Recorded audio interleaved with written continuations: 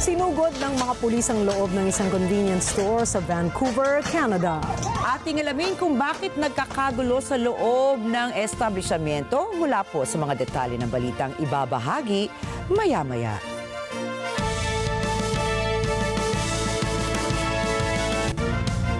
Magandang gabi, ako po si Ricky Matay. Ako si Nina Richie Alago Flores, ito ang mata ng Agila International. Para naman sa mga headlines ngayong araw ng Huwebes. Inflation rate ng Pilipinas nitong Nobyembre bumili sa 2.5%. Pilipinas muling naghain ng panibagong diplomatic protest laban sa China. United Healthcare CEO Brian Thompson patay matapos pagbabarilin.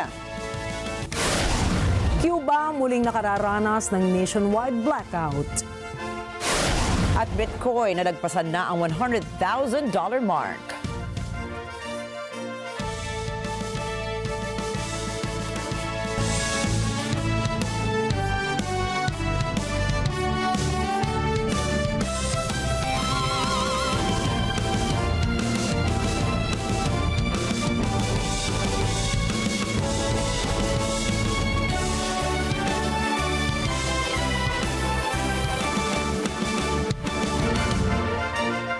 Patuloy po ang pagbilis ng inflation o ang pagtaas ng presyo ng mga bilihin at serbisyo sa Pilipinas. Sa katunayan ay pumalo sa 2.5% ang naitalang inflation rate ng Philippine Statistics Authority o PSA nitong buwan ng Nobyembre. Ayon sa PSA, mas mataas ito kumpara sa naitala noong October na 2.3%. Paliwanag ni National Statistician Dennis Mapa, ang dahilan ng pagbilis ng inflation sa Pilipinas ay bunsod ng mabilis na pagtaas ng presyo ng food and non-alcoholic beverages. Tinukoy naman ng Bangko Sentral ng Pilipinas na pasok sa kanilang forecast range ang naitalang November 2024 inflation. Giit ni NEDA Secretary Arsenio Balisacan, naging epektibong direktiba ng gobyerno para makontrol ang inflation sa Pilipinas. Kahit anya may tumamang magkakasunod na bagyo sa bansa simula pa noong buwan ng Oktubre. Ang target inflation ng gobyerno ng Pilipinas sa 2024 ay nasa pagitan ng 3.1 at 3.3%. Formal nang naghain ng isang diplomatic protest ang Pilipinas laban sa panibagong pambubuli ng China sa mga sasakyang pandagat ng Pilipinas sa Bajo de Masinloc. Ang nasabing teritoryo ay nasa loob po ng exclusive economic zone ng Pilipinas. Ayon kay Foreign Affairs spokesperson Maria Teresita Daza, ito na ang ika-60 na pong diplomatic protest ng Manila laban sa Beijing ngayong taong 2024. Batay sa datos ng gobyerno, umabot na sa 173 protesta ang inihain ng Department of Foreign Affairs o DFA laban sa mga agresibong aktibidad ng China sa West Philippine Sea. Nangyari ang mga protestang ito sa panahon ng Administrasyong Marcos. Kaugnay nito, kinwestiyon ni DFA Secretary Enrique Manalo ang patuloy na panghaharas ng China samantalang isinasagawa lamang ng Pilipinas ang mga aktibidad nito na nasa legal na karapatan sa West Philippine Sea o WPS. Sireportahan naman na maraming bansa ang pahayag ng Pilipinas. Kabilang na sa mga bansang ito ang Estados Unidos, Australia, Japan, France, Canada, Germany, the United Kingdom, New Zealand, Norway, the Netherlands, Sweden, Denmark at South Korea. Kinundin na rin ng European Union ang mga mapanganib na aksyon ng mga barko ng China laban sa mga sasakyang pandagat ng Pilipinas sa WPS. At para naman po sa New Zealand, nakababahala ang presensya ng Navy ng New People's Liberation Army ng China sa WPS. Nanawagan din ito na magkaroon ng isang mapayapang resolusyon sa WPS na naaayon sa United Nations Convention on the Law of the Sea o UNCLOS. Sinabi naman ni Japanese Ambassador Endo Kazuya na ang paggamit ng China ng water cannon ay delikado para sa kaligtasan ng mga barko at crew nito. Hinimok naman ng France na irespeto ng China ang UNCLOS at freedom of navigation. Inaprubahan ng Department of Budget and Management o DBM ang paglikha ng 4,000 karagdagang posisyon sa Philippine Coast Guard o PCG. Ayon Ayon sa DBM, ang mga bagong posisyon ay makatutulong sa PCG na gampanan ang kanilang layunin, partikular sa maritime security, law enforcement sa karagatan at search and rescue operations bukod sa iba pang mga tungkulin. Sa mga bagong posisyong naprobahan, ang mahigit 800 ay officers, habang mahigit 3,000 naman at 100 ay non-officers. Dahil rito, tataas sa 34,000 ang kabuuang bilang ng tauhan ng PCG mula sa kasalukuyang 30,000 authorized positions.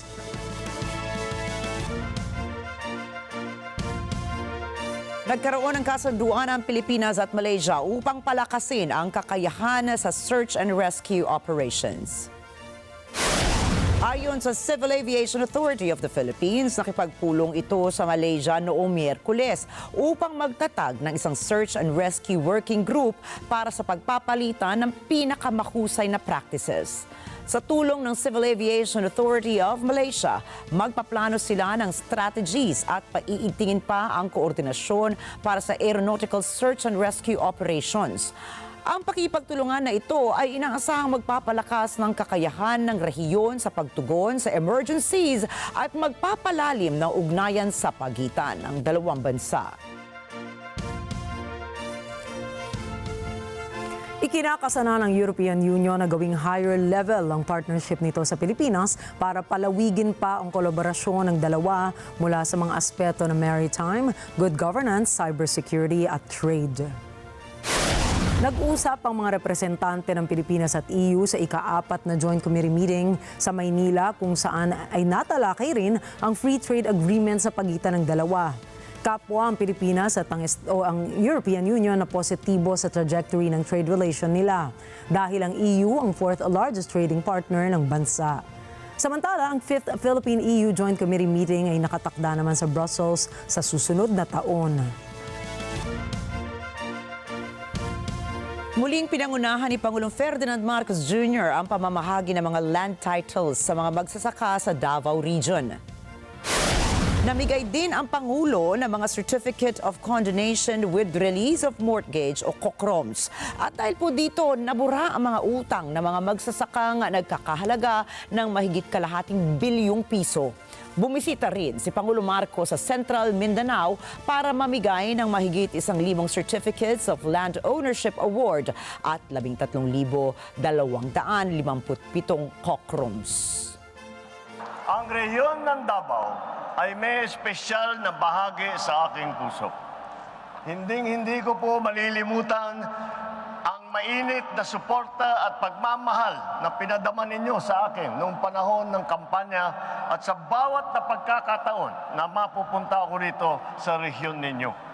Dahil dito, masaya akong masaksihan ang patuloy na pag-unlad ng inyong lugar. Ang inyong probinsya ay kilala sa iba't ibang high-value crop tulad ng mais, ng niyog, palay, saging at iba pa. Dahil dito, tayo ay nagsisikap pa na mapalago ang sektor ng agrikultura, hindi lamang dito sa inyong rehiyon, kung hindi pati na sa buong bansa. Kaya po ang ating mga magsasaka ang haligi ng sektor ng agrikultura. Kung hindi dahil sa inyong sipag at dedikasyon sa inyong trabaho, hindi po magkakaroon ng sapat at masustansyang pagkain ang mga kababayan natin. Nanawagan ng Department of Justice para sa agarang pagpapalakas ng border security ng Pilipinas dahil sa mga individual na nakalalabas ng bansa na hindi nalalaman ng mga otoridad. Tinukoy ni Justice Undersecretary Nicolas Felix T. na ilan sa mga ito ay sinadismiss Bamban Mayor Alice Go at Attorney Harry Roque na kapwa nakalabas ng bansa ng palihim. Saad rin ng kalihim na dapat mabantayang maigi ang mga backdoor exits ng Pilipinas. Hindi naman nagbigay ng pahayag si T kung usapin kung saan sinasabing nagkaroon ng kapabayaan ang Embahada ng Pilipinas sa Abu Dhabi.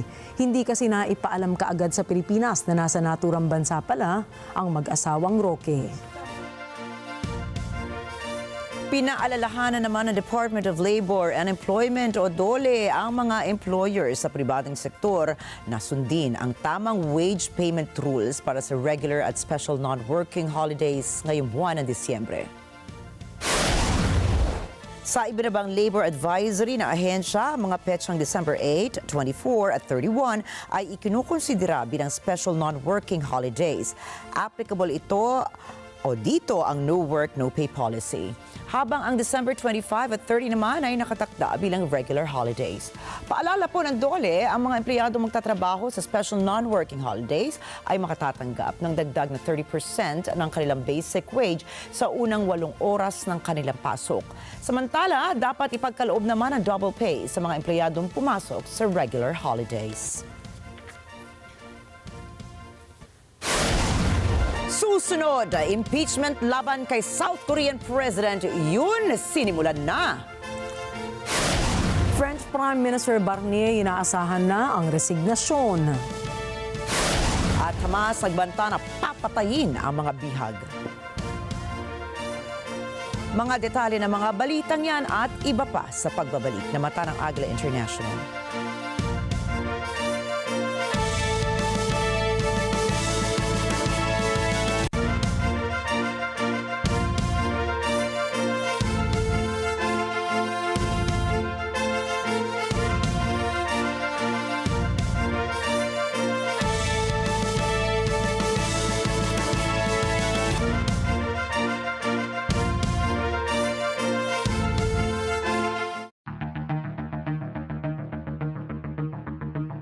I've always wanted to come here for as long as I can remember, and I'm super excited. We're doing this thing called Silver Star Tickets. Oh my God! Wow!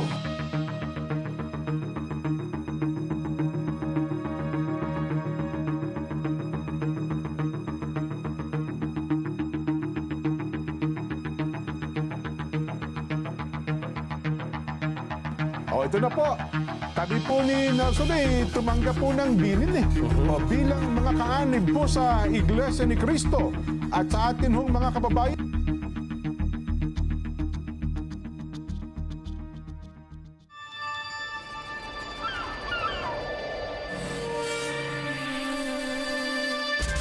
Nothing is quite as simple as it seems. To understand the world better, we need to take a closer look. Experience knowledge. Tomorrow today.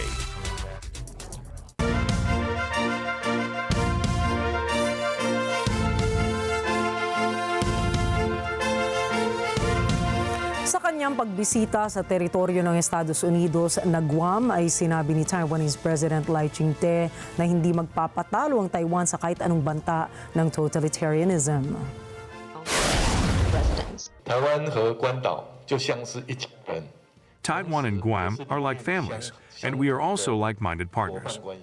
In the face of authoritarian expansionism, all like-minded countries and areas must unite and collaborate to safeguard democracy, peace and prosperity in the Indo-Pacific region.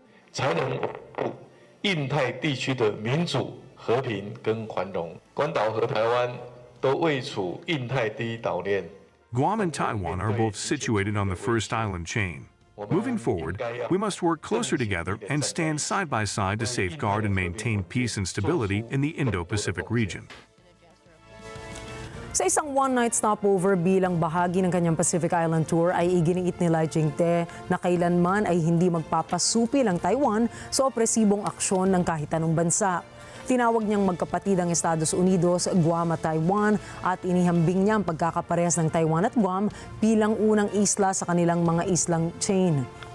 Ipinagmalaki rin ito ang dinanas na paghihirap ng kanyang bansa mula sa kanyang tinawag na dark path from dictatorship to democracy. Bago naman siya umalis ay hinikayat niya ang Guam na tumindig sa harap ng mga banta ng mga opresibong bansa sa kanilang rehiyon. Sabi niya, I hope that all of our compatriots, no matter where you are, will make a joint commitment to continue to deepen our democracy and protect it, and that we will never bow down to totalitarianism. Dagdag pa nito, in the face of authoritarian expansionism, all like-minded countries and regions must unite and collaborate to safeguard democracy, peace and prosperity in the Indo-Pacific region. Inusad na ang impeachment complaints laban kay South Korean President Yoon Suk-yeol matapos ang biglaang pagdeklara nito ng martial law. 한 번 실패했기 때문에 부족한 점을 채워서 다시 시도할 것입니다. 그럴 때 우리 국민들께서 그리고 우리 더불어민주당이 우리 국회의원들이 나서서 반드시 싸워 이길 것입니다.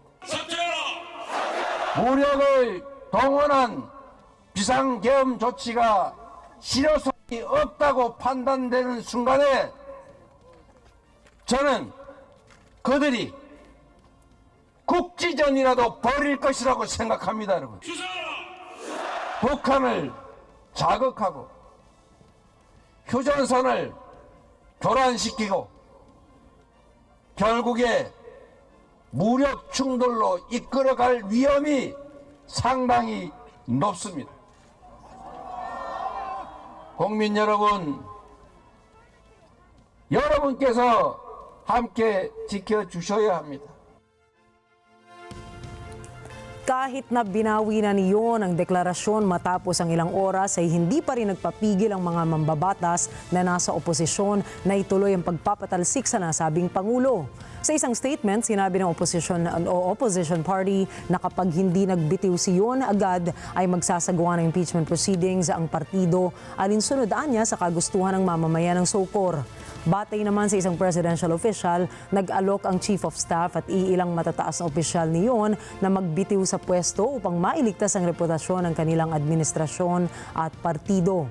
Matapos ang deklarasyon niyon ng martial law na layuning depensahan ang kanilang bansa mula sa North Korea at pro-North anti-state forces at protektahan ang kanilang malayang constitutional order, nagbunsod ito ng gulo at demonstrasyon kung saan ilang mga tao ang nagpumilit umakyat pa sa Parliament Building. Mapayapang napahupa ng mga kapulisan ng mga nagpoprotesta na nagmarcha patungo sa Guangguang Hamon sa Seoul kung saan nagsagawa pa ang mga ito ng candle vigil. Umani ng kabila ang pagpuna si South Korean President Yoon Suk-yeol ang kanyang deklarasyon kung saan ilan sa mga kaalyado nitong bansa ay nagpakita at nagpahayag ng pagkabahala sa ginawa ng Pangulo. Samantala, tinanggap ni South Korean President Yoon Suk-yeol ang pag-resign ng kanyang defense minister na si Kim Yong-hyun.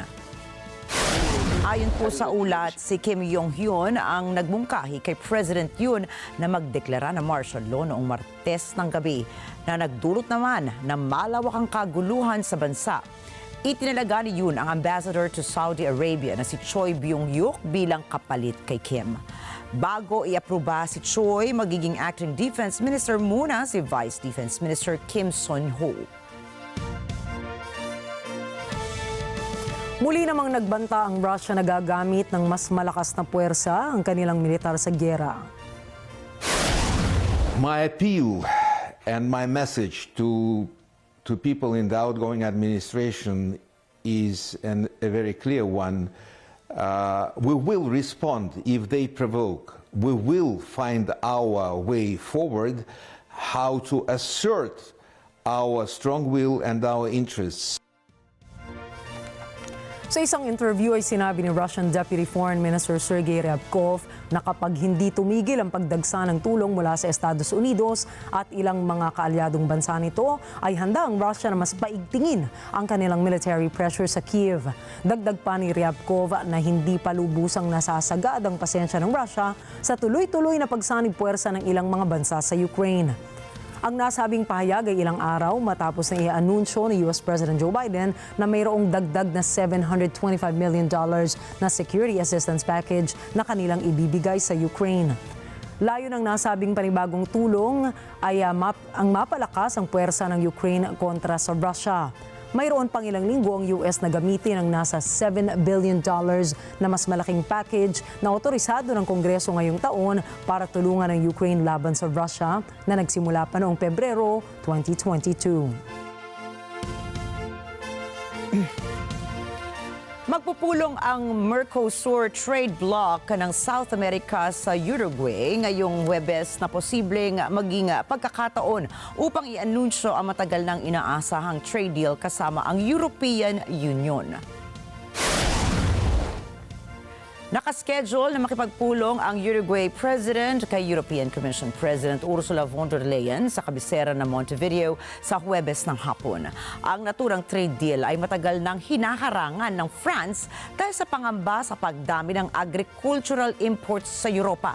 Subalit sa pagtitipon ng negotiators sa dalawang panig sa Brazil noong nakaraang linggo, muling nagbalik ang mga usapin ukol sa pagpunta ng mga delegasyon patungo sa Montevideo para sa isang summit. At ayon sa mga eksperto, sa pagbisita ng European Commission President, maaring ito na ang senyales na layunin na i-finalize ang kasunduan. Nakatakdang mag-resign si French Prime Minister Michel Barnier matapos maipasa ng lawmakers ang isang no-confidence vote laban sa kanyang administrasyon. Nagkaisa ang mga mambabatas mula sa far-right at left-wing upang suportahan ang no-confidence motion na nakakuha ng majority vote na 331. Voici le résultat du scrutin. Majorité requise pour l'adoption de la motion de censure 288. Pour l'adoption, 331. La majorité requise étant atteinte, la première motion de censure est adoptée. Il n'y a pas lieu de mettre aux voix la seconde motion. En raison de l'adoption de la motion de censure et conformément à l'article 50 de la Constitution, le Premier ministre doit remettre au Président de la République la démission du gouvernement. Ang no-confidence vote ay isang boto na nagpapakita na ang majority ng parlamento ay hindi sumusuporta sa patakaran ng isang pinuno ng bansa. Dahil dito, kinakailangan na ni Barnier na isumite ang kanyang resignation kasama ang kanyang gabinete sa lalong madaling panahon. Ito ang pinakamaikling termino ng isang prime minister sa modern history ng France. Sa ngayon, posibleng manatili muna bilang caretaker prime minister si Barnier habang namimili pa si French President Emmanuel Macron ng papalit sa kanya. Maliban rito, sa gitna ng paghinari ng posisyon ni Macron, nanganganib ang bansa na magtapos ang taon ng walang matatag na pamahalaan o aprobadong budget para sa 2025.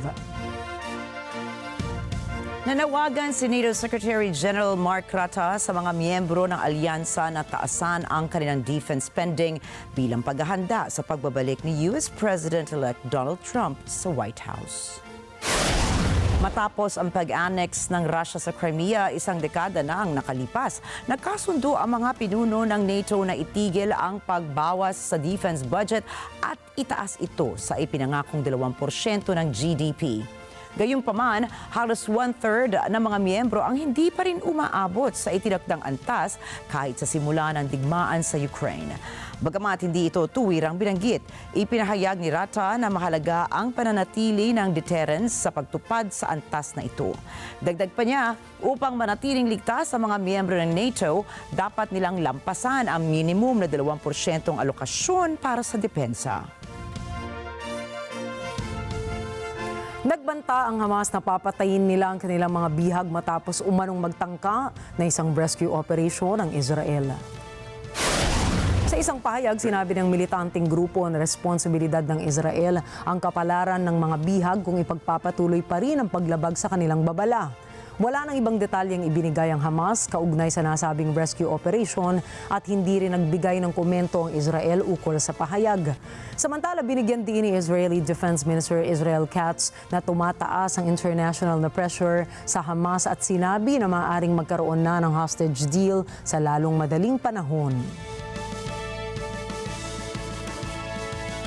Patuloy naman po ang tila hindi pa rin bumubuting kalagayan ng Gazans at sa Khan Yunis kung saan pansamantalang nakatira ang libo-libong displaced Palestinians, matinding gutom ang iniinda ng mga tao, dagdag sa takot para sa kanilang buhay dahil pa rin sa pag-atake ng Israel.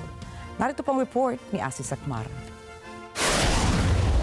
Bata, matanda, mga babae, lahat ay nag-aagawan sa hindi tiyak na rasyon ng pagkain. Tangan ng kanilang mga kaldero at pinggan, umaasa ang displaced Gazans na ito sa Almawasi, Khan Yunis na malagyan kahit kaunting laman tiyan ang kanilang mga sisidlan. Ayon sa direktor ng Soup Kitchen na si Hani Abu Al-Qassem, walang pahinga ang kanyang grupo sa pagtatrabaho upang mabigyan sana ang lahat ng pumipila ng pagkain. Lalo na tumigil ang operasyon ng World Central Kitchen sa Gaza. أسبوع حاليا مع سياسة توقف المعابر وعدم إدخال المواد الأساسية من قبل الاحتلال وإغلاق المطبخ العالمي للتكايا، زاد الحمل علينا، زاد الضغط علينا، صرنا نطبخ أضعاف مضاعفة، الناس صارت تأتي إلينا أيضا أضعاف مضاعفة، هذه الأسر غير قادرة على شراء مواد للطبخ، هذه الأسر تعتمد اعتماد كامل حاليا في حصول على الطعام على هذه التكية. Dagdag ni Abu Al-Qassem, wala nang maipambili ng pagkain ng mga tao sa katimugang Gaza.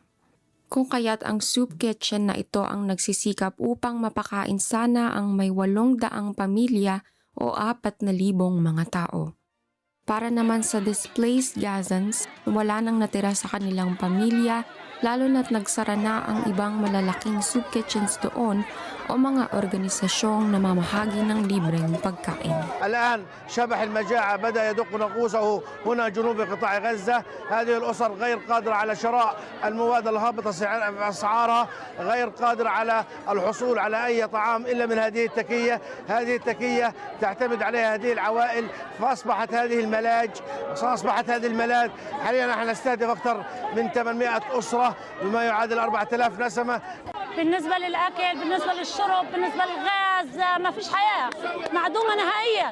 زي ما حضرتك شايف الناس اللي حضرتك شايفهم هذول جايين من الساعة 8 الصبح عشان يوفروا وجبة الغداء اللي هي كل أسرة مش قادرة تجيب أكل غداء لأولادها، اللي عندها 7 واللي عندها 8 واللي عندها 10. Ashley Sakmar para sa Mata ng Agila International. Trusted, connected, on point.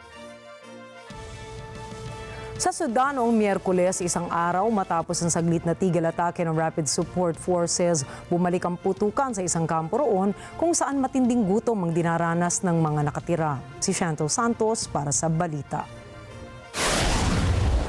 7 tao ang nasaktan sa Zamzam Displacement Camp noong Miyerkules nang magpaputok ang Rapid Support Forces o RSF sa gitna ng napakapopuladong lugar.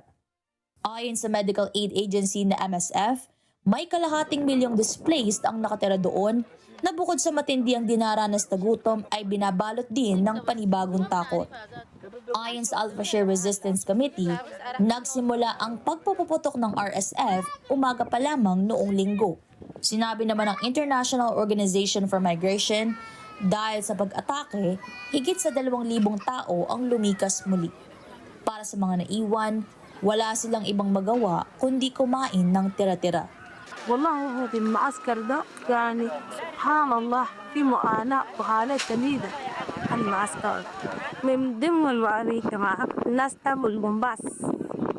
الأنباس ده يا جماعة فضلات حقات الزيت الزيت اللي بخسروه في المعاصر بعد ما طلع ده الأنباس واحد ما انتهى ده أنباس مع ده أنباس بس ده بعد ما طلع الزيت الفضلات حقت الزيت ده برضه جزء الناس تعمل ده تحطه في النار شفتها حق بس ده الناس بتحطه في النار ينجد في النار يكبوا ملح ياكلوا. Noong Agosto, idineklara ng Global Food Security Experts na nagdaranas ng matinding gutom ang Zamzam. Mula noon, nakapag-deliver na ang World Food Program ng kaunting pagkain. Subalit dahil sa putukang naganap noong Miyerkules, naantala na naman ang paghahatid ng tulong.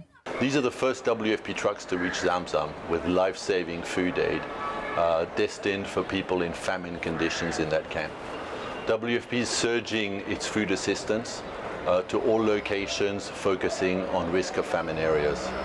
What we need is expanded, sustained access so that we can reach all of the people in Sudan that have... Chantel Santos para sa Mata ng Agila International. Trusted, connected, on point. Hindi naman pumayag si U.S. House Speaker Mike Johnson sa kahilingan ng Biden administration na ipasa ang karagdagang military aid para sa Ukraine ngayong huling bahagi ng taon.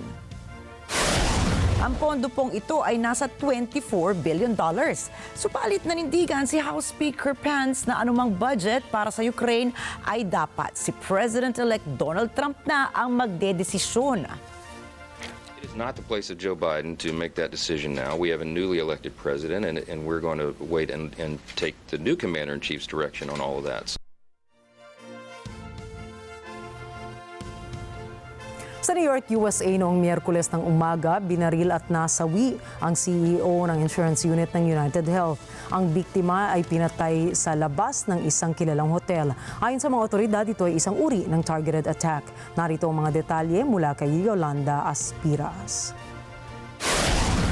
Inabangan ng gunman si Brian Thompson, CEO ng United Health Insurance Unit, bago ito pumasok sa isang hotel sa Manhattan kung saan magsasalita sana ito sa taunang komperensya ng investors ng kumpanya. Ayon sa New York Police, ang pamamaril ay naganap ng bandang alas 6:45 ng umaga sa labas ng Hilton sa 6th Avenue, New York. Ang 50 taong gulang na si Thompson ay sinugod sa kalapit na ospital kung saan siya namatay. Makalipas ang ilang oras, hindi pa rin nahuhuli ang gunman. Good morning, everyone.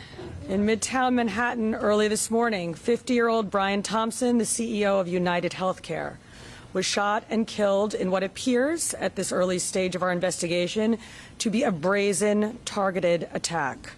This does not appear to be a random act of violence. The victim was in New York City to speak at an investor conference. It appears the suspect was lying in wait for several minutes. And as the victim was walking to the conference hotel, the suspect approached from behind and fired several rounds, striking the victim at least once in the back and at least once in the right calf. Many people passed the suspect, but he appeared to wait for his intended target.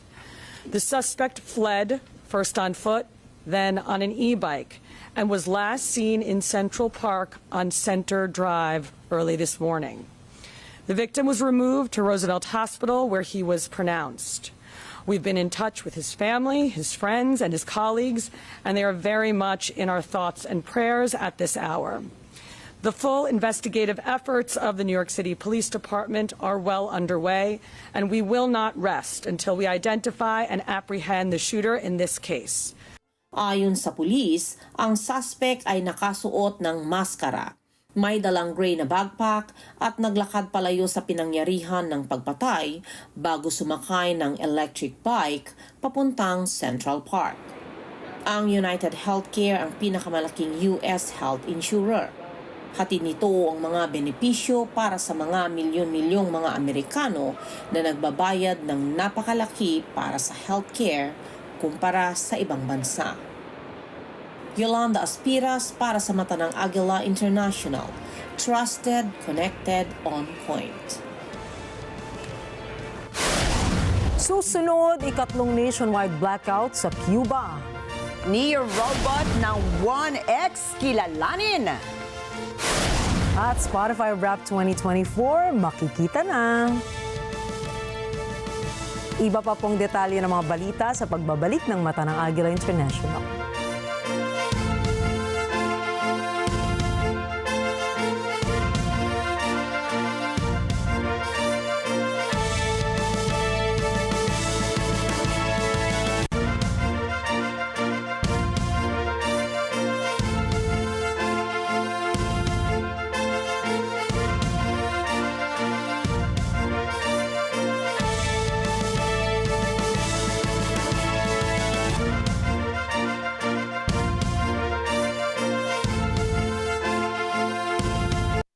Alam namin ang iyong pagsisikap.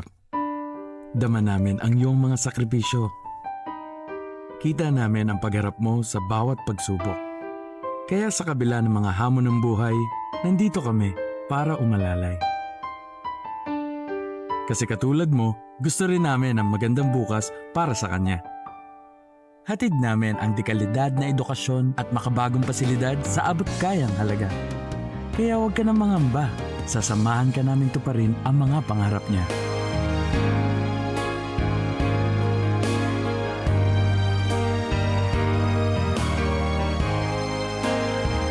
Maaasahan mong sulit dito ang mga pinagsikapan mo. Sa aming mga makabagong pasilidad at sistema ng edukasyon. Mailalabas natin ang aking talino at mga kakayahan niya. Kahit sa munting halaga, makakasiguro ka na makakasabay siya sa mabilis na pag-ikot ng mundo.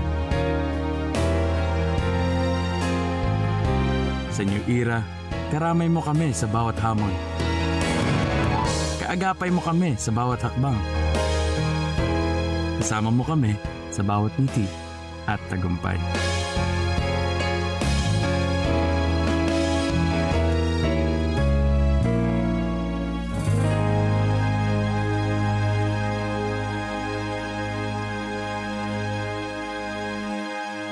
Life begins at retirement is all about embracing the joy of being ageless and active. For every day is a new adventure, and the best is yet to come. Join us as we dive into the stories, the successes, and the endless possibilities that come with embracing life after work. Because life truly begins when you retire. Ayan ang ating aabangan ngayong Sabado at Linggo sa Itong Tahanan, alas 8 hanggang alas 9 ng umaga sa Net 25. Together sa Net 25, sa Net 25. Spend pa rin tayo ang sinubaybayang pangunahing news. Kahit na justified yung pagpatay ko sa kanila, alam ko, bawal pa rin yan. Let the proper agencies already continue the investigation and pursue the case. Magpapakuha ka ng blood pressure para pumalo yata 140. Dapat Ali, ready ka ako, ready ako karate. Oh. Lunes hanggang Biyernes, 8 a.m. to 10 a.m. Dito lang sa Net 25. Let's get together sa Net 25. Sa Net 25. Ang mga maiinit na balita at rumaratsyad ang usapan ng bayan. ihahatid namin sa 100%! 100% ang pagbabalita. 100% talakayan. Lunes hanggang Biyernes. Alas 5 hanggang alas 7 ng umaga. Live na live sa Radyo Agila 1062 Mega Manila. At sa Net 25. 100%! Sa Net 25. Let's get together. Sa Net 25.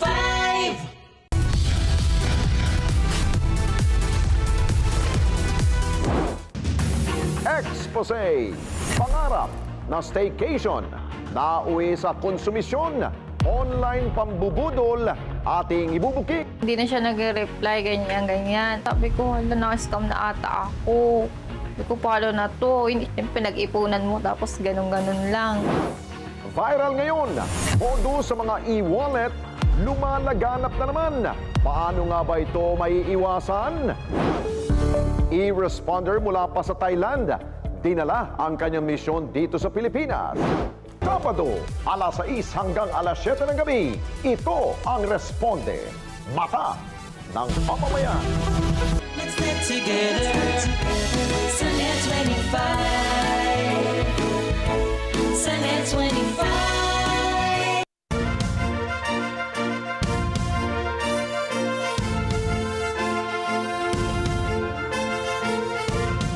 Kinumpirma ni Dexter Cardenas, ang head ng Traffic and Transport Management Department ng Quezon City, na 3 na ang nasawi sa karambola ng hindi bababa sa 10 sasakyan sa Katipunan Avenue flyover. Ating alamin ang ibang detalye sa live report ni Jim Tejano. Jim.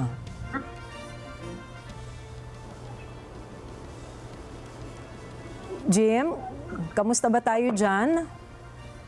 Yes, magandang gabi sa inyo. No? Medyo konting pasensya lang dito sa ating mga motorista na dadaan Agila, Katipunan flyover northbound lane dahil may isang insidente naganap kaninang bandang alas 6:30 ng gabi. At hanggang sa ngayon nga ay patuloy pa rin sinasayos itong mga sasakyan na involved. Kabilang nga rito yung 16 na motor at maging yung 5 sasakyan, kabilang dyan yung 3 SUV, 2 sedan, ang bus at isang L300. Samantala, ayon nga din sa Traffic Sector 3 ay tumakas natakot siguro yung driver ng truck kaya nagawa nitong tumakas. Samantala yung ilang pahinante ay nandoon na sa kanilang opisina. At nagtulong-tulong na rin ang QC, DRRMO, Red Cross QC at Red Cross NCR, Barangay Ambulance, PNP, MMDA at BFP, maging ilang law enforcement agency para rumisponde sa nangyaring karambola dito nga sa may kahabaan ng Katipunan flyover sakop ng lungsod Quezon. Di umano yan, nawalan nga raw ng kontrol ang driver kaya naararo ang mga sasakyan at motor na nasa harap nito. At mabigat daw yung daloy ng trapiko kanina rito kaya nangyari yung insidente. At yan muna yung pinaka-latest update mula rito sa flyover Katipunan. Balik sa inyo.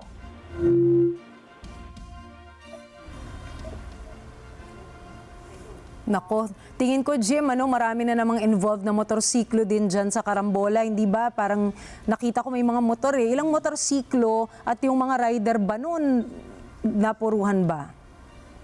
Yes, base doon sa naging initial report nga nitong MMDA ng PNP Traffic Sector, nasa 25 yung injured at dinala na nga sila doon sa magkakahiwalay na ospital malapit lamang dito sa lungsod Quezon. Samantala, linawin lang natin 4 na direklarang patay, kasama rito ang isang lalaki at 3 babae. Yan muna yung huling kaganapan dito at yung pinakahuling na update mula sa ating mga kapulisan sa oras na ito.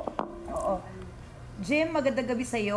Si Ricky to. Kamusta naman yung traffic dyan? Dahil kanina nung nagmo-monitor tayo, marami mga motorista ang nagrereklamo na nga na 1.5 oras na sila sa kalsada sa Katipunan flyover pero wala pa ring movement. May movement na ba ito? Yung iba nga apektado na daw pati traffic sa Pasig, sa Antipolo. Kamusta naman? Ano ba ang balita dyan hinggil sa traffic naman? Yes, sa lagay ng trapiko natin sa mga oras na ito, yung bandang southbound lane nitong Katipunan flyover ay moving naman yung ating mga sasakyan. Samantalang itong pinangyarihan ng insidente rito sa Katipunan Avenue northbound lane, southbound lane ay sinarado pa samantala dahil nga may mga nakabalandra pa rin motorsiklo. Yung dalawang sasakyan ay kasalukuyang inire-repair. Kaya konting pasensya lang doon sa ating mga motorista na dadaan dito, huwag idaan sa init ng ulo at magbigayan lang tayo upang sa ganun maging tuloy-tuloy yung daloy ng trapiko. Oo. So Jim, linawin lang natin kasi may mga lumabas din na updates kanina mula sa MMDA that they completely closed the northbound lane. So ngayon sinasabi mo, mayroon na bang lane na madadaanan o may rerouting na magaganap ngayon? Based doon sa mga pwedeng daanan dito, moving naman yung northbound lane. Medyo talaga mabigat lang yung daloy ng trapiko dyan sa may ibaba ng flyover. At dito sa may bandang southbound lane naman, medyo moderate to heavy yung lagay ng ating trapiko. Kaya kung hanggat maaari, umiwas muna sila rito sa lugar na ito. Maghanap muna ng ibang ruta na pwedeng madaanan kung sila ay patungo doon sa southbound at northbound. Ricky? Maraming salamat sa iyo, Jim Tejano, at sa ating po mga manonood, abangan niyo po ang mga susunod pang update sa aming social media platforms. Ingat po sa daan. Sa iba pa mga balita, kasalukuyang walang kuryente ngayon ang bansang Cuba matapos muling bumagsak ang energy grid nito sa pangatlong pagkakataon. Inanunsyo mismo ng Cuban Electric Union na kanila nang ginagawa ang lahat ng paraan upang maibalik ang kuryente sa grid. Nagsuspende na ang Havana ng pasok sa trabaho at mga paaralan dahil sa krisis sa kuryenteng nararanasan ng bansa. Subalit, tiniyak naman ng Energy and Mines Ministry ng Cuba na unti-unti nang naibabalik ang kuryente sa ilang lugar. Noong buwan ng Oktubre pa nang makaranas ng nationwide blackout ang Cuba dahil sa pagpalya rin ng mga power grids. Mas lalong lumubha ito matapos ang pananalasa ng Hurricane Oscar at Rafael nitong Nobyembre. Kasunod ng 2 bagyo ay niyanig naman ang eastern coast ng Cuba na malakas sa 6.8 na lindol na ikipinensala ng mga power grids. Patay na nang dumating sa paggamutan ng lalaking sospek sa pananaksak ng 2 katao sa Vancouver, Canada. Ayon sa Vancouver Police Department, pasado alas 11 ng tanghali nang umatake ang sospek sa loob ng isang convenience store. Na-corner ng mga pulis ang lalaki at saka binaril ito ng manlaban. Naka-stretcher na isugod ang sospek sa paggamutan at doon na ito namatay. Nagtamo naman ng ilang saksak sa kamay at mukha ang 2 biktima na agad dinala sa ospital. Iniimbestigahan na ng Independent Investigations Office of British Columbia kung ano ang dahilan ng pananaksak ng lalaki. Tumulong ang Pakistan Maritime Security Agency sa pagsaklolo sa 12 tripulante ng lumubog na Indian cargo vessel. Ayon sa lokal na ulat, lumubog ang cargo vessel sa loob ng exclusive economic zone ng Pakistan. Naging matagumpay naman ang maritime rescue operation dahil na rin sa mabilis na pagresponde ng Pakistan Forces at pakikipagtulungan ng Indian Coast Guard. Pinasalamatan naman ng Maritime Rescue Coordination Center ng India ang puwersa ng Pakistan sa pagsaklolo sa mga tripulante ng lumubog na barko. Nakumpiska sa Mexico ang mahigit 1,000 kilo ng synthetic opioid sa estado ng Sinaloa na tinatawag ngayong pinakamalaking seizure ng fentanyl sa kasaysayan ng bansa. Ayon sa pahayag ng mga otoridad, ang nakumpiskang fentanyl ay katumbas ng 20 milyong doses at magdudulot ng 400 milyong dolyar na pinsala sa ekonomiya ng organized criminal groups. Matagal nang hinihimok ni US President-elect Donald Trump na gumawa ng higit pang mga hakbang ang Mexico upang pigilan ang pagpasok sa Estados Unidos ng fentanyl na ikinamatay na ng daan-daang libong mga Amerikano. Binigyang diin pa niya ang banta ng pagpataw ng mataas na taripa kung hindi mababawasan ang trafficking ng fentanyl at illegal na migration. Samantala, bukod sa fentanyl seizure, iniulat din ng mga otoridad sa Mexico na naaresto nilang mahigit 5,000 migrante na patungo sa Estados Unidos sa iba't ibang bahagi ng bansa nitong Martes. Isang babaeng naghahanap sa kanyang pusa ang pinaniniwalaang nahulog sa isang sinkhole sa Pennsylvania. Alamin po natin ang detalye mula kay Sheeran. Noong Miyerkules, nagbabala ang Pennsylvania State Police na nagdedelikado ang isang butas sa lupa o sinkhole kung saan maaaring nahulog ang isang babae na naghahanap ng kanyang pusa. Not only is our community, but basically all of southwestern Pennsylvania is concerned, and so are we about Elizabeth, and to find her, and the mine that we've been working in, and we've worked through the night, is the integrity of that mine is starting to become compromised. Subalit, dagdag ni Limani, posible namang mag-survive ang tao sa sinkhole na may temperaturang 55 degrees Fahrenheit. We're doing everything we can to hope and pray to God she's in there. The temperature is 55 degrees. A human being could survive in 55-degree weather, especially one that had clothing on. Makikita sa video footage na ito ang rescue crew na bumababa sa butas. Ang sinkhole ay malapit sa isang lokal na kainan. Hanap ng crew ang 64 na taong gulang na si Elizabeth Pollard.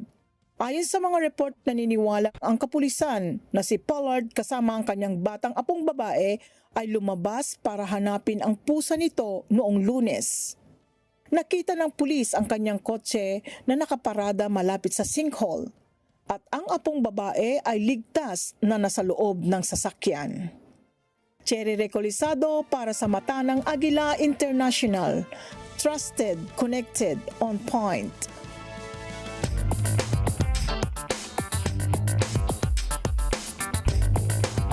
Lumagpas na po sa $100,000 ang halaga ng Bitcoin nitong Miyerkules.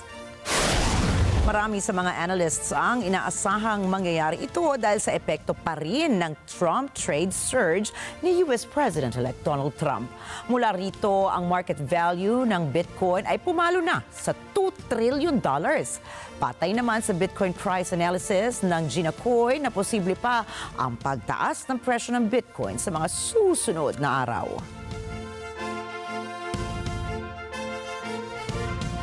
Inaasahang palalawigin ng OPEC Plus at ng mga kaalyado nito ang kanilang supply cuts. Anila, ito ay upang maiwasan ang matinding pagbaba ng presyo ng langis sa pandaigdigang merkado. Ngunit dahil sa naantala ang pagpupulong ng mga miyembro ng OPEC Plus noong nakaraang linggo, may ilang energy analysts ang nagdududa na magkakaroon pa rin ng pagbabawas sa supply ng langis. Paalala ng ilang analysts, epektibo lamang ang paglilimita sa produksyon ng langis kung irerespeto ng isang oil-producing country ang mga hakbang na ginagawa ng oil cartel. Matatandaan na ngayong taon ay umalma ang OPEC Plus dahil lumampas ang Iraq at Kazakhstan sa kanilang oil production quotas.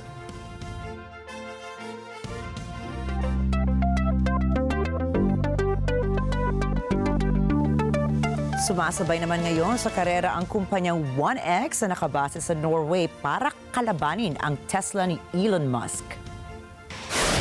Ilang linggo matapos ilabas ang sarili nito ang humanoid robot na Neo, ay marami ang nakakakita na magiging kakumpetensya ito ng Optimus bot ng Tesla. Git kasi ng 1X, kaya ng Neo na tumulong sa gawaing bahay, katulad ng paglalaba, paglilinis ng bahay at iba pa. Ayon kay CEO Bernd Bornick, malaki ang naitulong ng artificial intelligence or AI kay Neo. Paliwanag pa ni Bornick, dahil sa aplikasyon ng modern AI sa robotics ay naging matagumpay ang pag-develop kay Neo. Sa kasalukuyan, ang disenyo ng Neo ay nasa pilot stage pa lamang at patuloy na pinahuhusay pa ito ng kumpanya. Inaasahan naman na sa susunod na taon ay mailalabas na ng 1X ang market-ready version ng Neo. Dumating na ang panahong pinakahihintay ng mga music fans, ang paglabas ng Spotify Wrapped kung saan inilalahad ang personalized analytics ng mga musika at podcast na pinakikinggan sa nagdaang taon. Ang Spotify Wrapped ay hindi lamang tungkol sa musika, kundi pati na rin sa pagkilala sa fans, artists at creators na naging bahagi ng isang record-breaking at culture-defining na taon. Isa sa mga tampok ngayong taon ay ang patuloy na tagumpay ng female artists kung saan 8 sa kanila ang nasa unang kalahati ng top albums list. Sa may halos 27 billion streams sa buong mundo, si Taylor Swift ang itinanghal na Spotify's 2024 Global Top Artist. Kasunod niya sina The Weeknd, Bad Bunny at iba pang mga kilalang artists. Ang most streamed song of the year ay napunta sa Espresso ni Sabrina Carpenter, habang pumangalawa naman ang Beautiful Things ni Benson Boone at Birds of a Feather ni Billie Eilish. Samantala, ang most streamed album of the year ay nakuha rin ni Taylor Swift para sa kanyang album na The Tortured Poets Department, The Anthology. Sa mundo naman ng podcast, nanatili pa rin sa ituktok si Joe Rogan bilang most streamed podcast globally.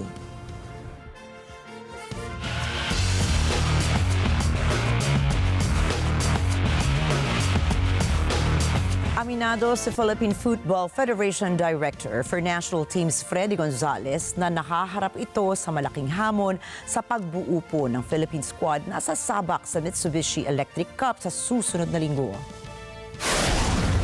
Lalahok po kasi ang Philippine Men's National Football Team sa ASEAN Championship sa mga susunod na linggo. Makakaharap nila ang Myanmar sa December 12, Laos naman sa December 15, Vietnam sa December 18 at ang Indonesia sa December 21 sa group stage. Sinabi ni Gonzalez na maliit ang tsansang mabuo nito kaagad ang kupunan dahil sa ipagpapaalam pa nila ang mga ito sa kani-kanilang mga mother clubs.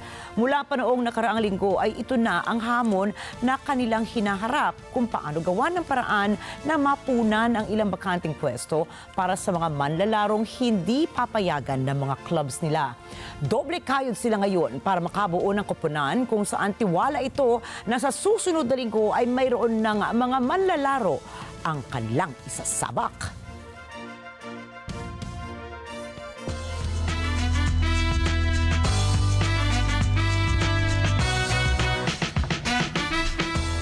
Magsasagawa po ng concert ang English singer na si Ed Sheeran sa Kingdom of Bhutan. Itinuturing na siya ang kauna-unahang Western singer na magsasagawa ng isang concert sa Bhutan. Sa social media account nito ay bumati siya ng Kazuzampola o hello sa kanilang salita bilang pag-anunsyo ng kanyang concert doon. Noong dekada 70 nagsimula ng monarkiya ng Bhutan ang pagbubukas ng bansa nila para sa turismo. Ang mga turista na nais bumisita roon ay pinagbabayad ng $100 kada araw bilang suporta sa Bhutanese public education. Matatagpuan ito sa pagitan ng China at India kung saan pinapanatili nito ang pagiging low profile sa international community.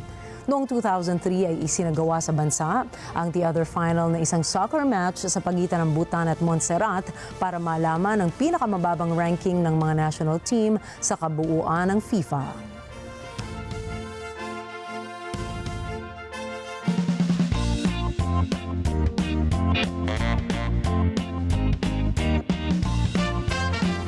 Ilang pre-loved items ni Elvis Presley, Marilyn Monroe at ni Michael Jackson ang nakahandang isubasta online sa December 7. Ilan sa mga isusubasta ay mga dating alahas ni Elvis, mga song lyrics nito at isang private telegram na natanggap ng King of Rock and Roll kay Colonel Parker. Si Parker ang nag-iisang manager ni Presley sa buong karir ng American singer. Kasama rin sa isasagawang auction ay ang mga gamit ng ilang Hollywood icons katulad ni Joan Crawford, Bob Marley at Janet Jackson.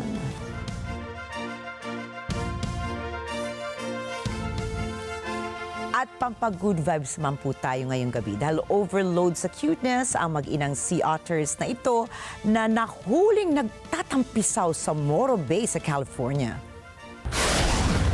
Ayon sa lokal na ulat, ang Morro Bay ay tahanan sa populasyon ng mga sea otters.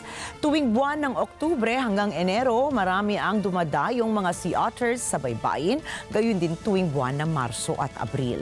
Karamihan sa mga bisita sa Bay ay napapanood na lamang sa kanilang cuteness mula sa malayong lugar para hindi naman maistorbo ang mga hayop.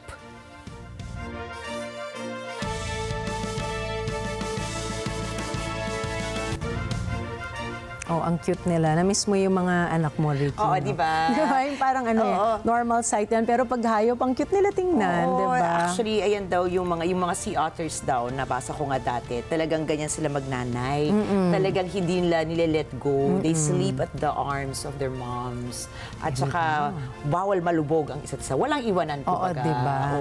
Pero I think talagang yan, instinctive para sa mga nanay, mapapusa, mapatayong mga tao, di ba? Yung talagang kupkupin mo. O ano ba, keep-keepin mo ng pagmamahal yung anak mo. Kasi pag bata, 'di ba, yung touch sinasabi nga, 'di ba, na kailangan yan dahil it gives them security. Yes. They feel loved. Wala silang need para sa iba pang anumang bagay as long as nandun ka at yakap-yakap mo sila. Kaya nga, ganun. 'di ba, yung mga babies ay pinapanganak bago kanilang takdang due date. Ang isang therapy daw dyan is you have to the skin touch. Diba? Yung touch skin therapy. therapy. Yes, Tama. touch therapy, skin therapy. Tama. You put them inside your shirt, tas mafe-feel nila yan. Nako, na-miss ko tuloy, magkaroon ng baby. Ay, oo. Baby Mishka. Ayan, nanonood sa atin ngayon si Baby Pwede Mishka ba sa kitang baby studio. yan? Pwede, Ganon. bakit? Ayan ang baby sea otter ko. Ayan. Ayan.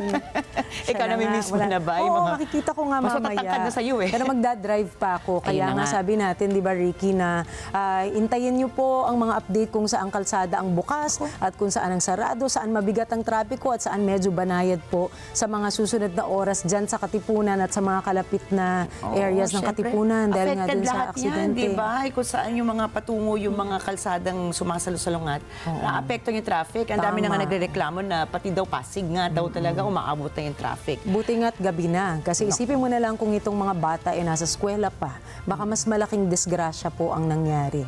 Naku, ingat kanina. Dahil balita ko dadaan ka dyan. Pero Iwasan maghanap po, iikot ako kahit malayo. tayo ng mga Basta safe, rerouting. Kaya mag-iingat po ang lahat. Naku, kanina, alam mo ba, never ako dumadaan dyan. Bihirang-bihira. Pero kanina, bago mangyari ang accident, I was there an hour prior to that. So Naku, talagang pinagpala ka maging pa rin. responsable po tayo, mga Tama. nagmamaneho at mga motorista. Naku, Let's talaga always check po ang ating sasakyan bago tayo lumabas, bago tayo magmaneho. Siguraduhin okay ang inyong mga brakes, ang inyong mga gulong. Tama. Yan, ang inyong mga langis, mga windshield nyo, ang inyong headlights. Sana ang paggabi, Totoo di ba? yan. Tsaka hindi na kasi katwiran yung nawala ng preno. Kasi sa totoo lang, kung mine-maintain mo yung sasakyan mo, kung pahinanti ka, di ba, yung mga may-ari ng kumpanya na may nagmamay-ari ng mga truck na to, dapat laging well-maintained ang mga sasakyan. Oo. Para ma-ensure na hindi biglang sa kalagitnaan ng kalsada, biglang mawawala ng preno, di ba? Tama. Hindi naman din excuse kasi. At saka, di ba, bago nung tayo ay natuto magmaneho, di ba, may exam tayo, ano ba yung dapat mong gawin pag upo mo, i-check mo lahat Diba? talaga sa paligid Tama. mo, i-check mo ang iyong mismong makina. Wala naman talagang excuse. You have to be responsible not just only for your own life, but for the lives those of others. around Gusto natin you. sabihin, ingat kayo sa daan. Tama. Pero paano kung yung ibang motorista hindi maingat? Diba? So we have to take care of each other in this Defensive community driving and po tayo society. lagi. Naku, ingat kanina ha. Ingat sa Ikaw pag-uwi. Kayo din, din po Ricky. lahat. Ingat po kayo sa pag-uwi or kung kayo may naipupuntahan pa. At tandaan po, na narito naman kami nina mula Lunes hanggang Biyernes para maghatid ang balita sa amang dako ng mundo. Muli ako po si Ricky Mathay. Ako si Nina Richie Alagaw Flores. Ito ang Mata ng Agila International. Para naman po sa iba pang mga balitang nangyari rin sa iba't ibang panig ng mundo, punta naman tayo kay Alma Angeles para sa Mata ng Agila World News. Take it away, Alma.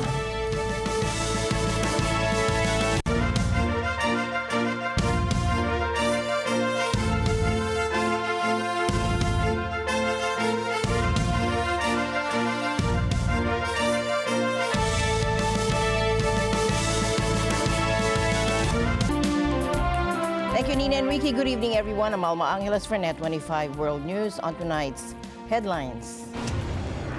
An urgent manhunt underway in New York City after the CEO of one of America's largest health insurance companies was gunned down in a targeted attack. Surveillance cameras captured the masked gunman lying in wait before striking outside a Midtown hotel.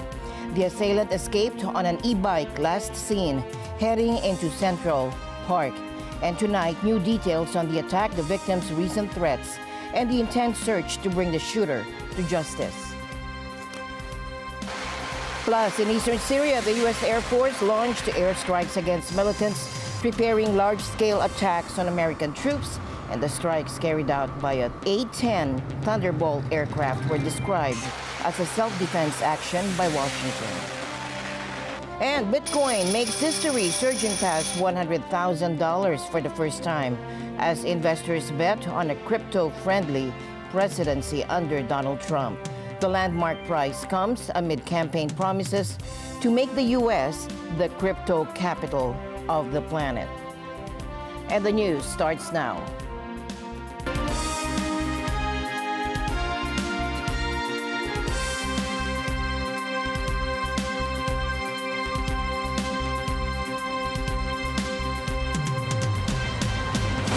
South Korea's political landscape is facing a dramatic turn of events as President Yoon Suk-yeol confronts mounting calls for impeachment.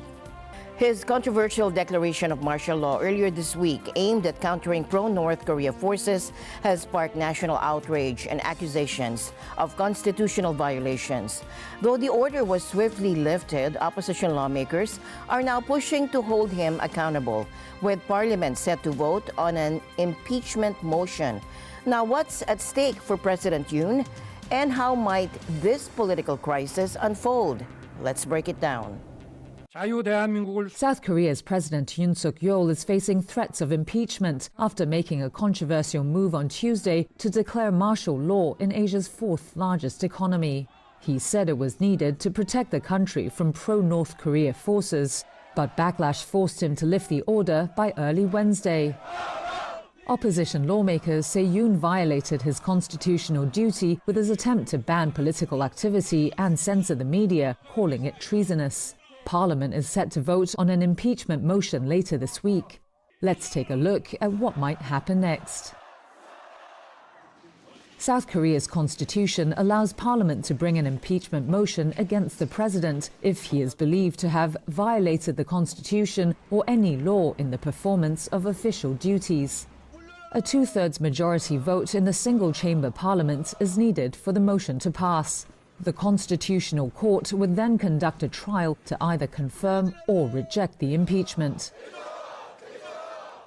Opposition lawmakers, including the main Democratic Party and other smaller parties, currently control Parliament.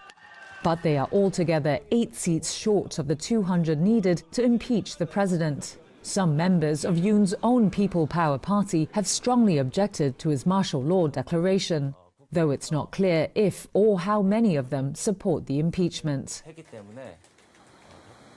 If the motion is passed, the next step is the Constitutional Court trial, and the Prime Minister will step up as acting leader.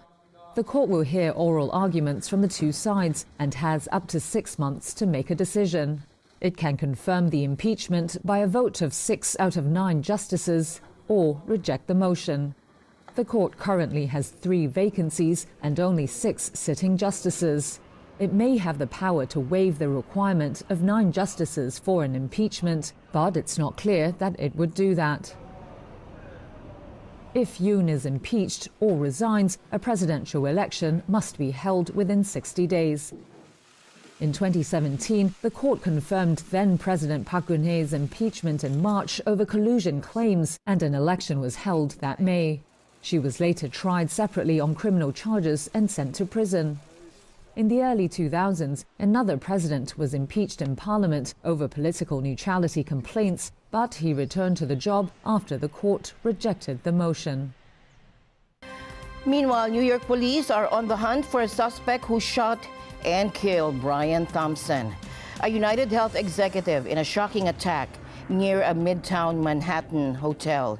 The gunman who was masked, reportedly ambushed Thompson from behind on Wednesday morning and then fled towards Central Park. Take a look.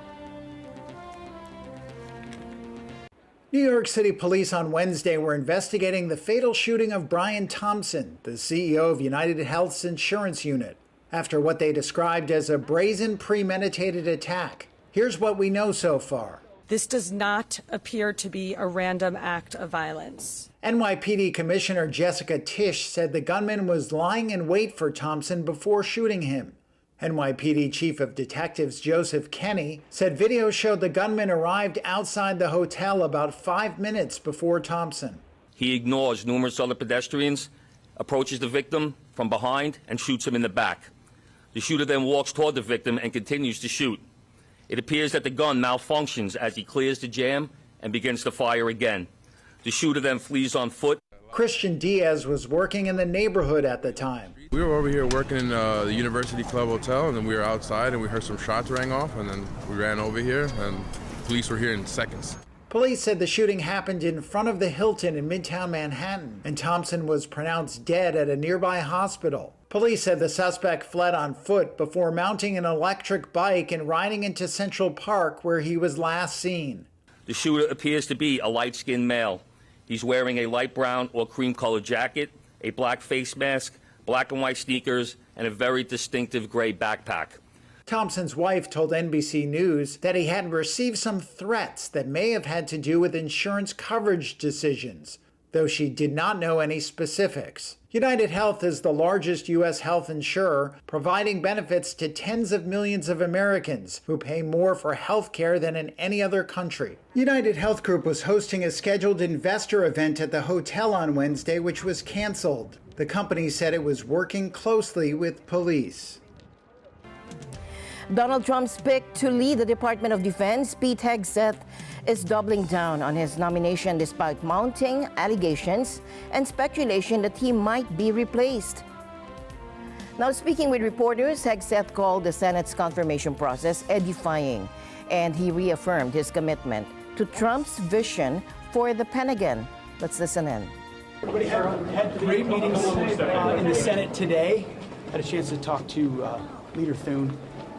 You know, our founders are brilliant in this process of advising consent. It's been edifying and a wonderful process to go through and meet with senators and talk to them, especially members of the Senate Armed Services Committee, whose passion is the Defense Department, and our warfighters, to hear what they want to do to make sure that department is properly oriented for the threats of the world and make sure that we're putting the warfighters first. That's what Donald Trump asked me to do.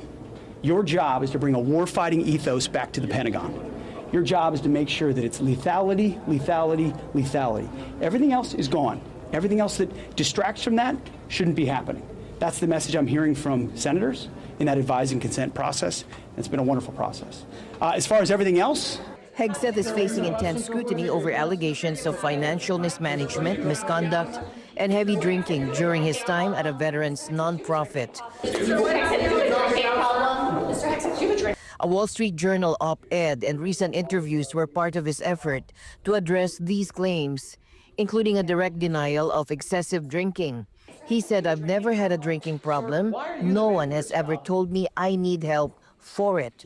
I had a chance to sit down with Megyn Kelly today for an hour. I refer you to that interview. She asked probably all the questions you guys would like to ask.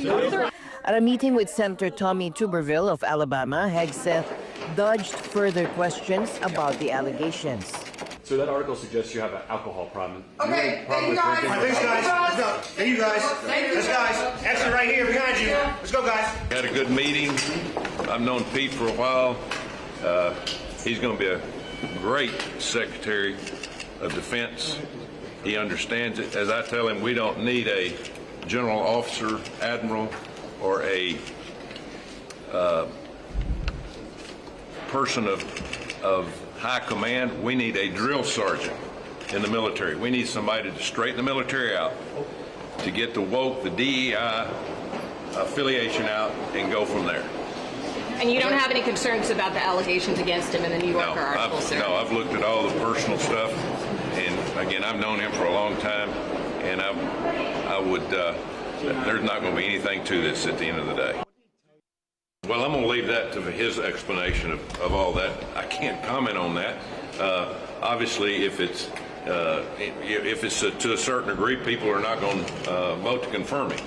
But what I know, and what I've talked to him about, what I've read, what I've studied, and been around him, I'll vote for it. I think a lot of us believe that, hey, they've been over there too long. There hadn't been enough done from this administration to get our hostages home. It is a mess in the Middle East. It's a mess now in Syria with Russia. It's a mess with Ukraine and Russia. It's devastating, could be possibly devastating with China in the near future. We got so many things going on right now, we can't focus on one. That's the reason we need to get our military in the right position with somebody like Pete Hegseth. Meanwhile, reports suggest Governor DeSantis is a viable alternative and is interested in the role. While Hegseth continues to defend his nomination, his confirmation remains uncertain as scrutiny intensifies. Key advisors to Donald Trump are floating controversial peace proposals for Ukraine. Proposals that could see large parts of the country ceded to Russia. Take a look. Before I even arrive at the Oval Office, I will have the disastrous war between Russia and Ukraine settled. As Donald Trump prepares to return to the White House, his inner circle is already drafting potential roadmaps to end the Ukraine war. 3 of Trump's closest advisors have emerged with separate proposals, each suggesting significant compromises with Moscow. Among them is retired Army Lieutenant General Keith Kellogg, Trump's pick for Russia-Ukraine envoy, who proposes offering Ukraine security guarantees in exchange for territorial concessions. Vice President-elect J.D. Vance envisions a different approach, suggesting a heavily fortified demilitarized zone along current battle lines. The proposals share common elements, including taking NATO membership off the table for Ukraine and using both carrots and sticks to force negotiations. But these plans face strong opposition from NATO allies. I think it's absolutely the case that Ukraine's rightful place is within the NATO family, and we in the United Kingdom are very, very supportive of that endeavour. I think it's also right to say that we see no prospect at the moment of Putin negotiating. So what we must redouble our efforts to do is put Ukraine in the strongest possible position now to get through the winter, to get into 2025, and when negotiations begin on their terms, when they are ready, to put them in the strongest possible position. Meanwhile, NATO is strengthening its global partnerships against Russian aggression. Allies are working to deliver on the financial pledge of 40 billion euros in security assistance for Ukraine in 2024.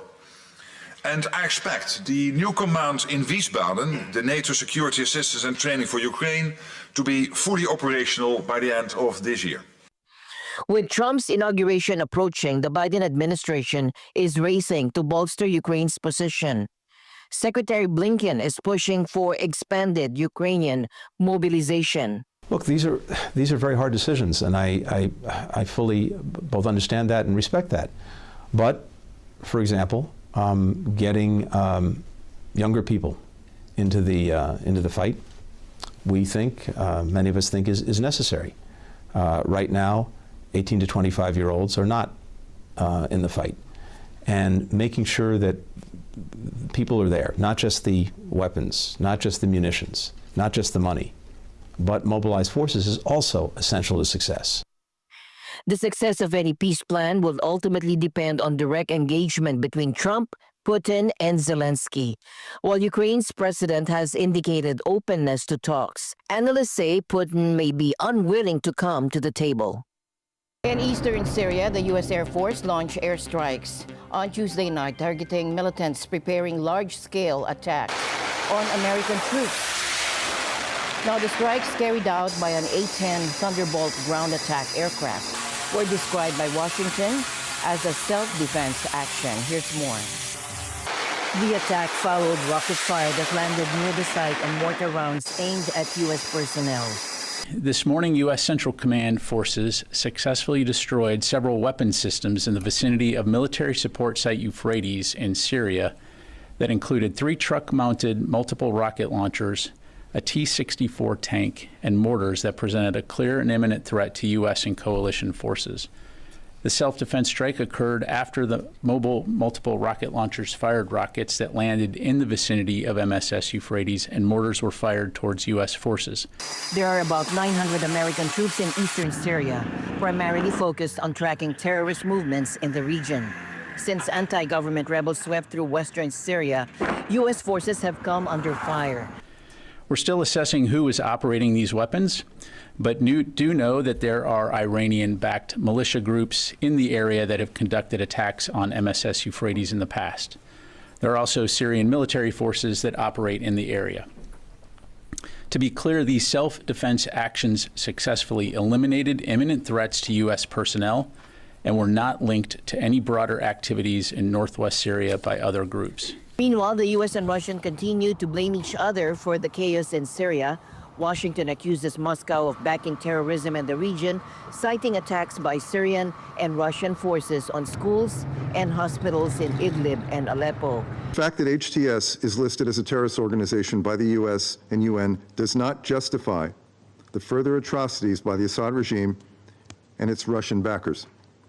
Since November 27, these have included attacks by the regime and its Russian backers on schools and hospitals in both Idlib and Aleppo, causing civilian casualties. Вы не нашли в себе смелости осудить очевидную террористическую атаку, предпринятую против мирных граждан, мирных сирийских городов, с трудом налаживающих мирную жизнь, несмотря на сотни введенных вашей страной незаконных односторонних санкций. Более того, вы лукаво утверждали, что нападение на Алеппо и на северо-запад Сирии совершили некие повстанцы, в которых в вашей порочной картине мира превращаются террористы и экстремисты, нападающие на те страны, которые проводят независимую и не отвечающую интересам Соединенных Штатов внешнюю политику.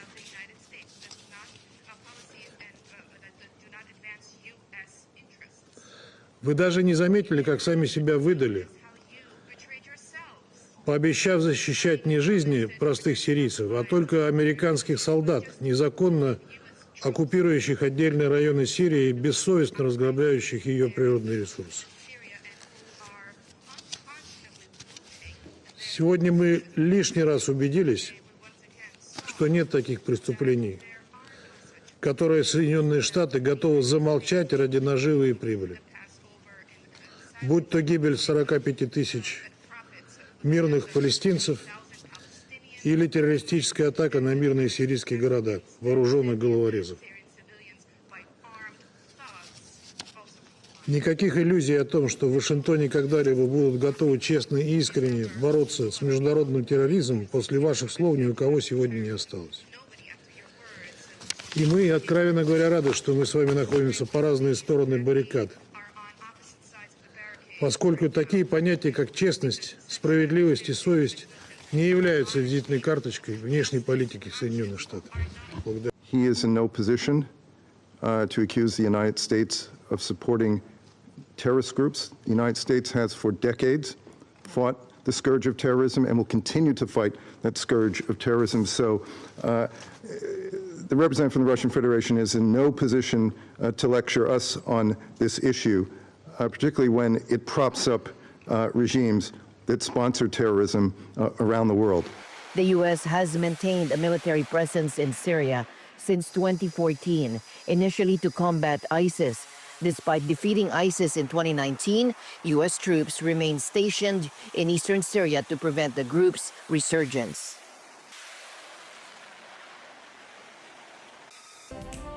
Political tensions in Georgia are reaching a boiling point. Mass police were caught on camera in Tbilisi detaining Nika Gavaramia, leader of the Coalition for Change Party. The incident comes amid 6 nights of protests against the government's controversial decision to suspend talks on joining the European Union.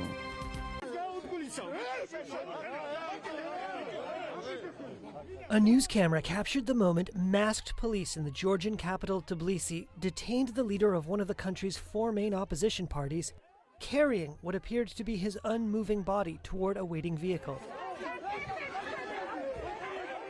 The party, Coalition for Change, said on Wednesday its leader, Nika Gvaramia, had been beaten unconscious.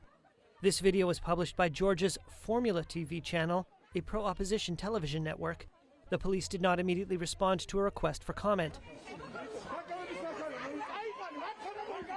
A spokeswoman for Coalition for Change said on X that several other party members had been detained alongside Gvaramia.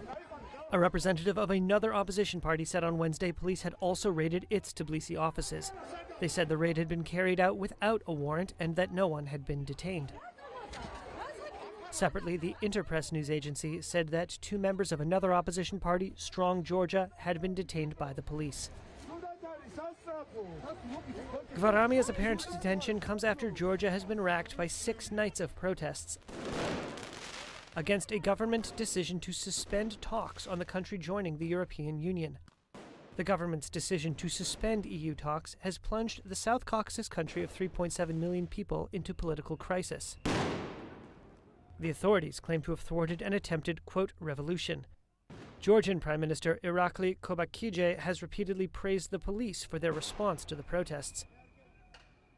Georgia's public ombudsman, a former opposition politician, accused the police on Tuesday of harshly mistreating people detained during demonstrations.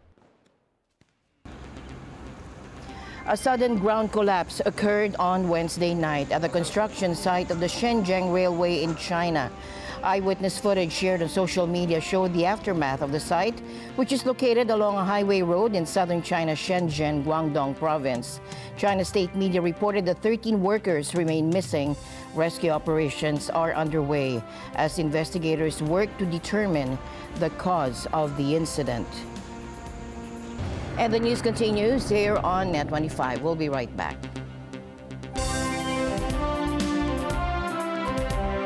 This Sunday on Cine Throwback. London. Stranger danger. Keep your eyes down. There's some sort of bear. Hello. Hello there. Mary. It's a young bear, needs our help. Do bears even have names? My name is... Perhaps you'd like an English name? An English name? Paddington. Paddington. Paddington. Paddington? You've literally just brought home a random bear. Besides, what's the worst that could happen? That was amazing. This Sunday, 12 p.m. here on Net 25. Let's get together. So Net 25.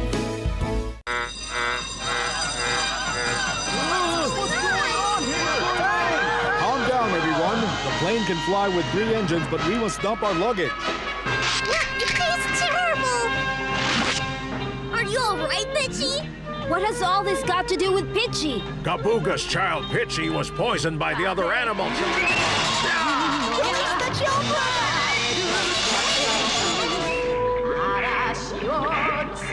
I, King Gabuga, declare war on the jungle animals.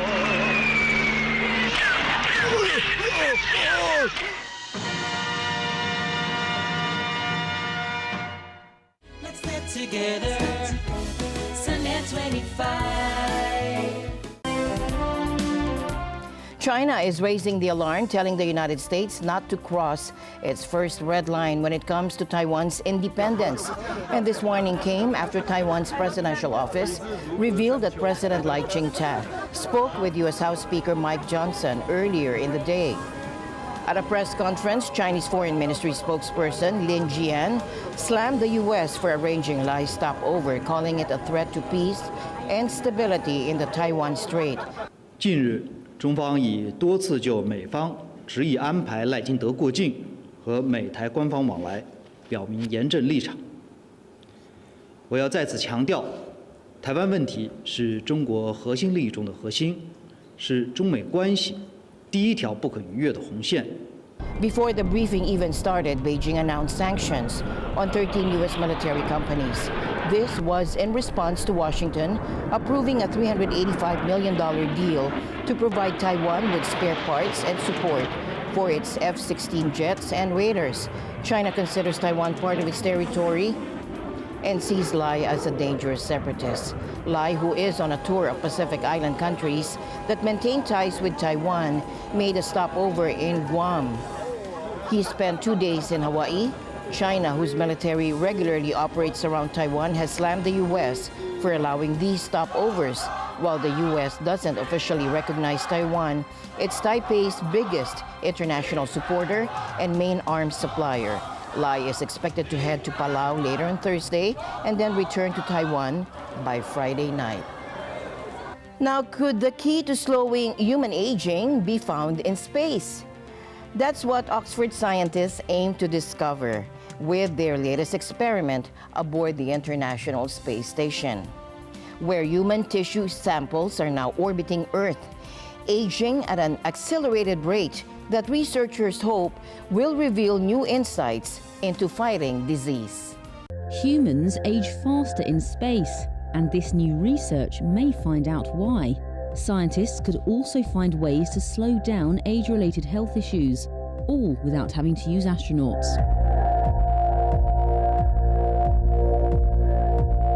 Human tissue samples from Oxford Space Innovation Lab are in orbit on the International Space Station. Meanwhile, Dr. Garda Al-Saleh is leading a team which observes identical cells on Earth. And we would be able, by comparing and analyzing the data coming from these two different organoids in the International Space Station and also on Earth, to be able to study the process of aging and the impact of the microgravity and the space in general on the aging process. Decades of space travel have revealed how microgravity, the sensation of weightlessness, affects the human body, diminishing bone density and weakening the immune system. And Al-Saleh's goal is to discover methods of slowing age-related illness, whether someone is on Earth or up in space. Astronauts suffer from muscle atrophy, a problem with their joint, with their bone, and also with the immune system. When we noticed this, we found that this actually at some point similar to a different age-related disease. And this led us to ask the question if the space might provide us with an accelerating aging model. And if it is the case, that means we can actually be able to study aging very faster, because this has happened in very short time, while aging on Earth needed different years.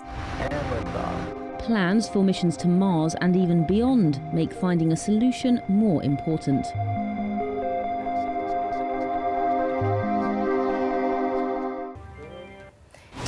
And that's it for tonight's broadcast. For everyone here on Net 25, thank you for joining us. I'm Alma Angeles. Good night.